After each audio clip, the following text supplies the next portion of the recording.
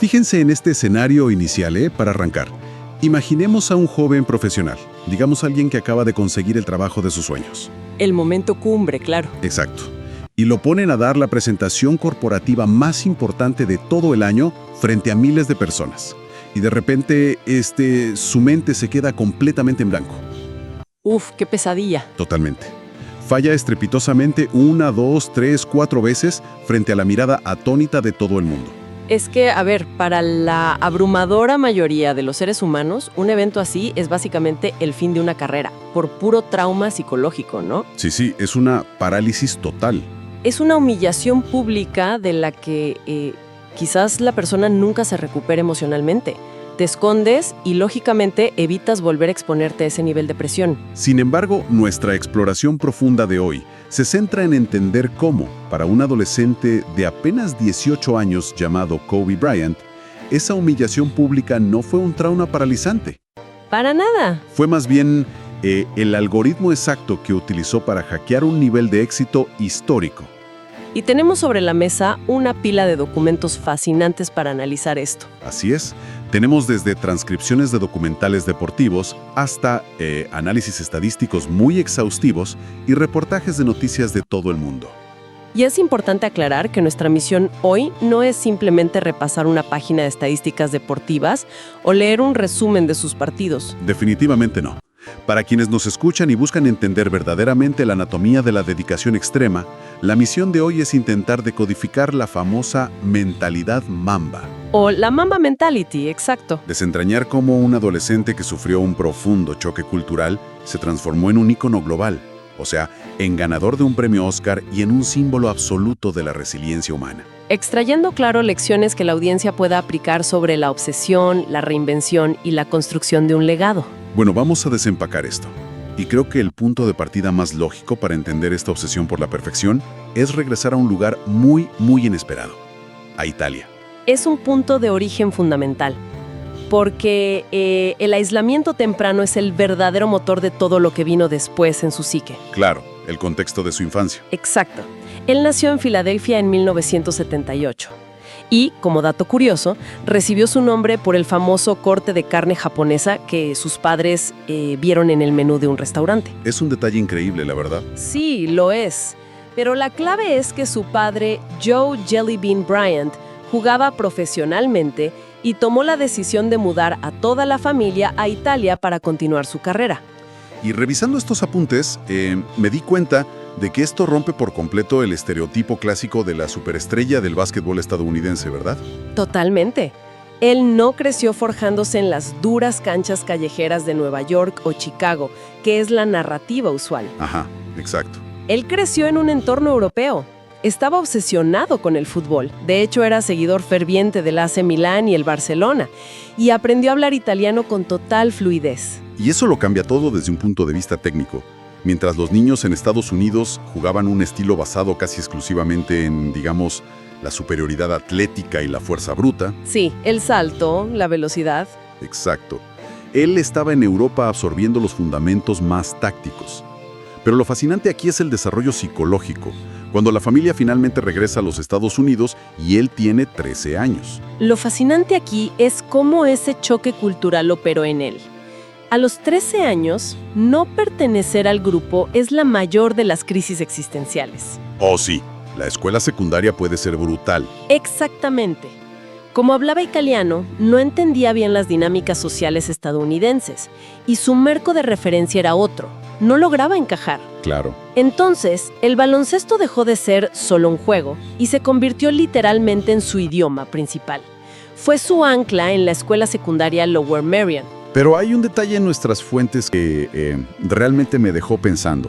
Obtuvo un puntaje de 1080 en su examen de admisión universitaria, el SAT. Un puntaje excelente, sí. Era un estudiante brillante, fiel a su trasfondo internacional, tenía la capacidad intelectual para ir a cualquier universidad de élite que quisiera. Totalmente.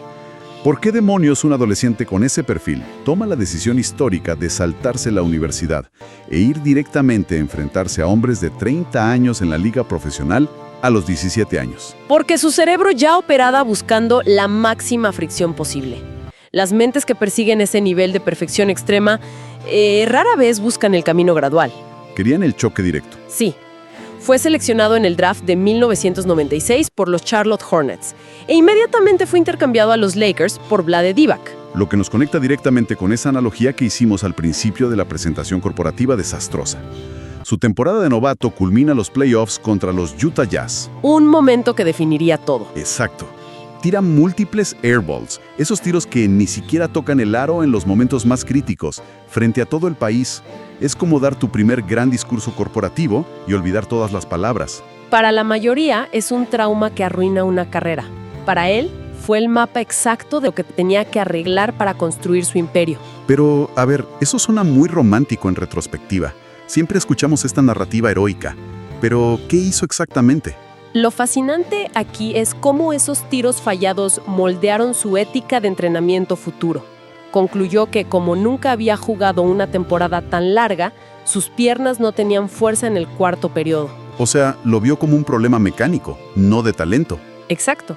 El fracaso no era un defecto de carácter. Así que apenas aterrizó el avión de regreso en Los Ángeles, se fue directamente a un gimnasio y se pasó la madrugada entera lanzando el balón. Y esa misma ética de trabajo nacida de ese fracaso desencadenó un incendio monumental a nivel de equipo.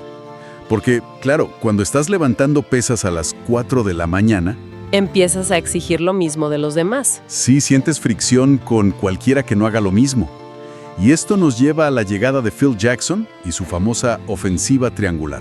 Un sistema que chocó de frente con las dos estrellas del equipo, Kobe y el gigantesco Shaquille O'Neal.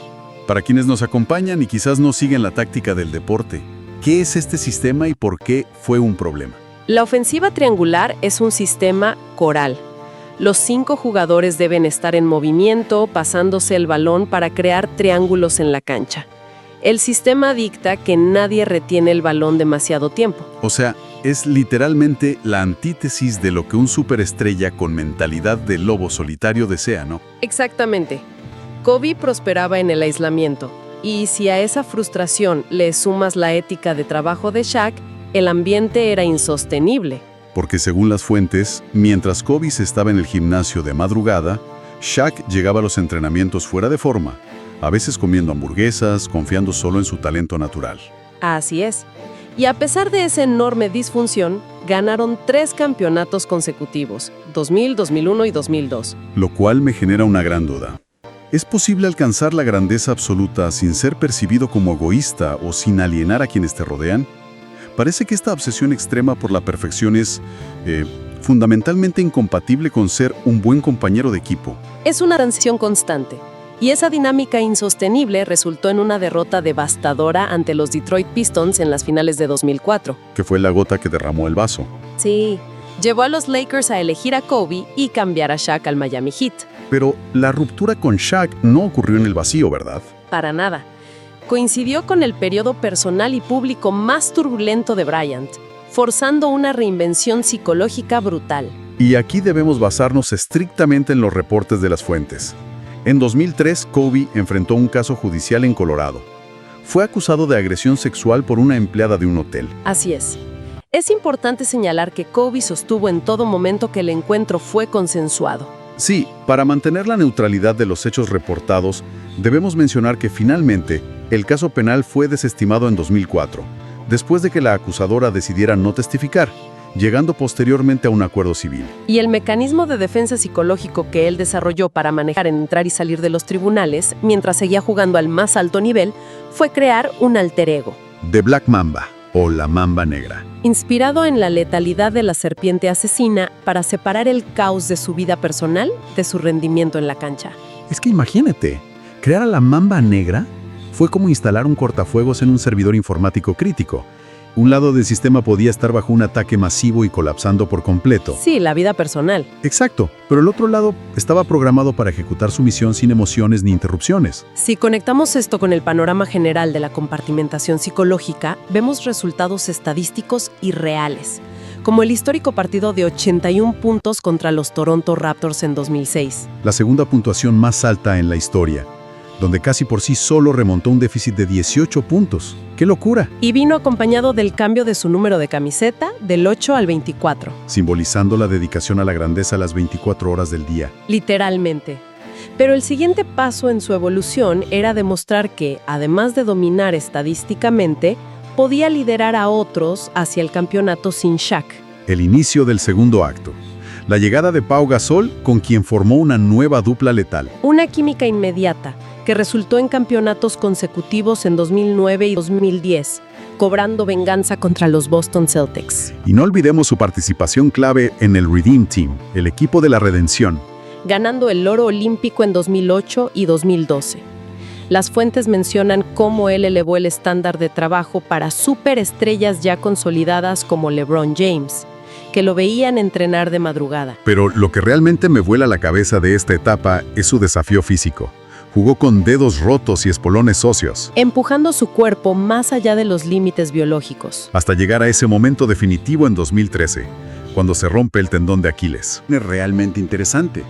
¿Qué nos dice sobre la psicología humana el hecho de que alguien sufra una lesión tan grave y su instinto inmediato no sea buscar ayuda médica urgente, sino pensar, hey, todavía tengo 2 tiros libres que encestar? Nos dice que el dolor ya no es una alarma que detenga el sistema. Caminó hacia la línea, anotó ambos lanzamientos con el tendón completamente roto y salió caminando por sus propios medios. Es una imagen escalofriante, y toda esta voluntad culmina en un final de película. Anotar 60 puntos en su último partido en 2016 contra los Utah Jazz. Cerrando el círculo poético. Y luego, el éxito fuera de la cancha. Ganar un premio Oscar en 2018 por su cortometraje animado Dear Basketball. Aunque, y esto es una nota interesante de las fuentes que me llamó la atención, posteriormente la Academia de Cine le revocó una invitación para convertirlo en miembro permanente. Sí, argumentando que necesitaba más créditos cinematográficos, no solo un corto. Aún así, ya estaba dominando su vida posterior al baloncesto a través del arte y la narración, hasta que se encontró con el único oponente al que no podía superar trabajando de madrugada. El tiempo y la tragedia. El 26 de enero de 2020. Ese trágico accidente de helicóptero en Calabazas, California, en medio de una densa niebla que cobró 9 vidas. Una pérdida incalculable. Entre las víctimas estaban Kobe, su hija de 13 años, Yana, Sí, quien ya seguía sus pasos en la cancha, sí. también el entrenador de béisbol, John Altobelli, su esposa y su hija, y las demás personas a bordo. El luto global fue instantáneo. Vimos reacciones de figuras diametralmente opuestas como Barack Obama y Donald Trump. Y miles de fanáticos congregándose espontáneamente fuera del Staples Center en Los Ángeles. Un hombre que cerró su historia con 33.643 puntos, 5 anillos, 18 selecciones al Juego de Estrellas, 2 oros olímpicos y un Oscar. Esto plantea una pregunta importante sobre cómo la tragedia cristalizó su legado. Convirtió la Mamba Mentality en una filosofía de vida global sobre aprovechar el tiempo presente porque el mañana no está garantizado. Y para conectar todo esto con quienes nos escuchan hoy, la vida de Kobe nos enseña que el talento bruto rara vez es suficiente, Es una metodología aplicable en cualquier campo. ya sea preparándose para una reunión crucial, dominando una nueva habilidad o reinventándose después de un fracaso paralizante. Se trata de usar el fracaso como combustible. Despojarlo de la vergüenza y usarlo como información empírica. Pero quiero dejar a nuestra audiencia con un pensamiento final, algo que hemos rozado pero que vale la pena explorar en profundidad. A ver, adelante. Viendo todo este nivel de dolor físico ignorado, el aislamiento y la obsesión, ¿es verdaderamente la grandeza histórica un rasgo inherente que llevamos dentro? ¿O es una respuesta traumática adaptativa que surge del aislamiento temprano?